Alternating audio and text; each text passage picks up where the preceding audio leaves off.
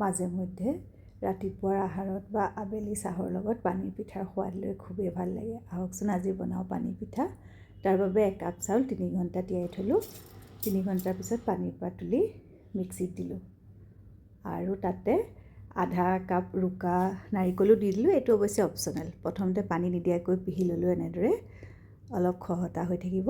তাৰপিছত আধা কাপ পানী দি আকৌ এবাৰ পিচি ল'লোঁ। পিছা প্ৰায় হৈ গৈছে। তাৰপিছত আৰু আধা কাপ পানী দিলোঁ। এইবাৰ পানীখিনি দি পিছাত একেবাৰে মিহি এটা পেষ্টৰ তৈয়াৰ হৈ গ'ল।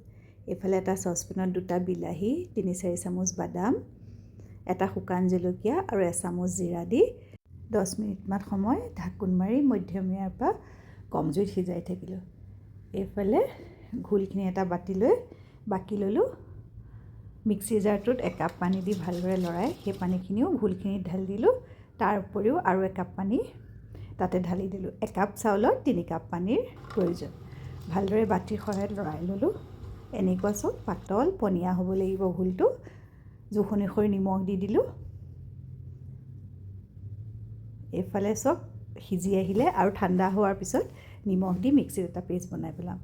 এখন টাৱা ফুল ফ্লেমত দি গৰম কৰি ল'ম, হাই ফ্লেমত।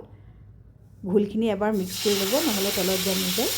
আৰু গৰম টাৱাত এবাটি ঘোল ঢালি দিলোঁ টাৱাখনৰ চাৰিওফালে। ফ্লেমটো হাই ৰাখিব। সম্পূৰ্ণ হ'বলৈ 5-6 মিনিট লাগিব। তাতে এচামুচ তেল দি চাৰিওফালে মিহলাই দিলোঁ। আপোনাৰ ইচ্ছা অনুসৰি তেল ব্যৱহাৰ কৰিব পাৰে।